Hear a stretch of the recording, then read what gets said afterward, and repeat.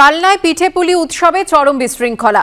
রূপম ইসলামের অনুষ্ঠান চলাকালীন ভেতরে ঢুকতে হুড়োহুড়ি, পাঁচিল টপকেও ভেতরে ঢোকার চেষ্টা অনেকের। লাঠি উঁচিয়ে তাড়া পুলিশের। ধারালো অস্ত্রসহ 4 জনকে আটক করল পুলিশ।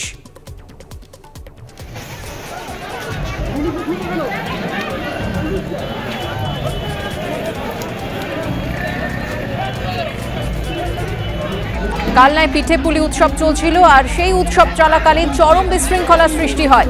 রূপম ইসলামের অনুষ্ঠান চলাকালীন ভেতরে ঢুকতে হুড়োহুড়ি পড়ে যায়। এমনকি পাঁচিল টপকেও ভেতরে ঢোকার চেষ্টা করেন অনেকে।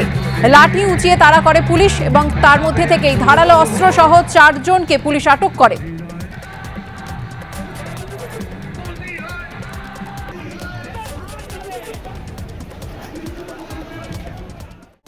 কলকাতা পুরসভা এবং একটি ট্রাস্টের উদ্যোগে মকর সংক্রান্তি উপলক্ষে 14 ও 15 জানুয়ারি বাবুঘাটে গঙ্গা পুজো ভোগ বিতরণ করা হবে।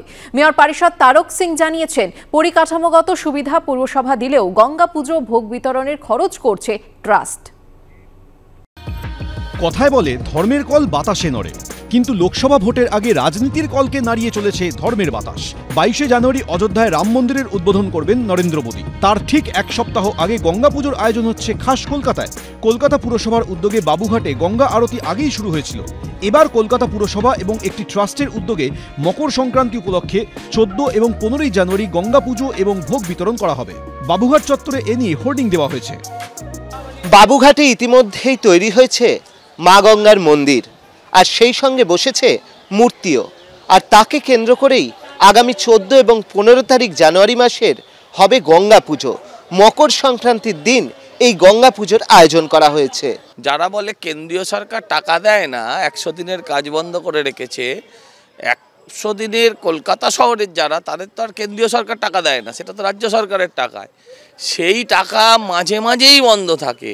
এই সাফাই কর্মীরা যারা, তারা একটা বড় অংশ এই 100 দিনের কর্মী, আর এরা অত্যন্ত গরিব পরিবার থেকে আসা মানুষ। যারা জঞ্জাল সাফ করছে, যারা রাস্তা পরিষ্কার করছে, তাদের পয়সা হয় না। হালুয়া খাওয়াবে, ভোগ খাওয়াবে, পুরো কর্পোরেশন তো ইন্দা ভোগা মা হয়ে গেছে। কলকাতা পৌরসভা 1 টাকাও দেয়নি, কিন্তু কলকাতা পৌরসভা সব দিয়েছে। কি দিয়েছে? ইনফ্রাস্ট্রাকচার, তার লাইট দিয়েছে, সাফাইয়ে 4টে লোক দিয়েছে। তো পৌরসভার ইনভলভমেন্ট তো আছে, রাজ্য সরকার পুলিশ দিয়ে প্রোটেকশন দিচ্ছে। আর আমাদের যে ট্রাস্ট আছে, সেই ট্রাস্ট আর কলকাতা পৌরসভা মিলেই এটা করা হচ্ছে। কলকাতা পৌরসভা অফিসিয়ালি 1 টাকাও দিচ্ছে না। এটা বিরোধীরা যেটা বলছে, আমার অনুরোধ তাদের কাছে, ছোট ছোট জিনিসে এসব মাথা লাগানো উচিত না। গঙ্গা পুজো এবং গঙ্গা আরতি উপলক্ষে 14 জানুয়ারি উপস্থিত থাকবেন বিদেশি অতিথিরাও। অর্ণব মুখোপাধ্যায়, এবিপি আনন্দ, কলকাতা।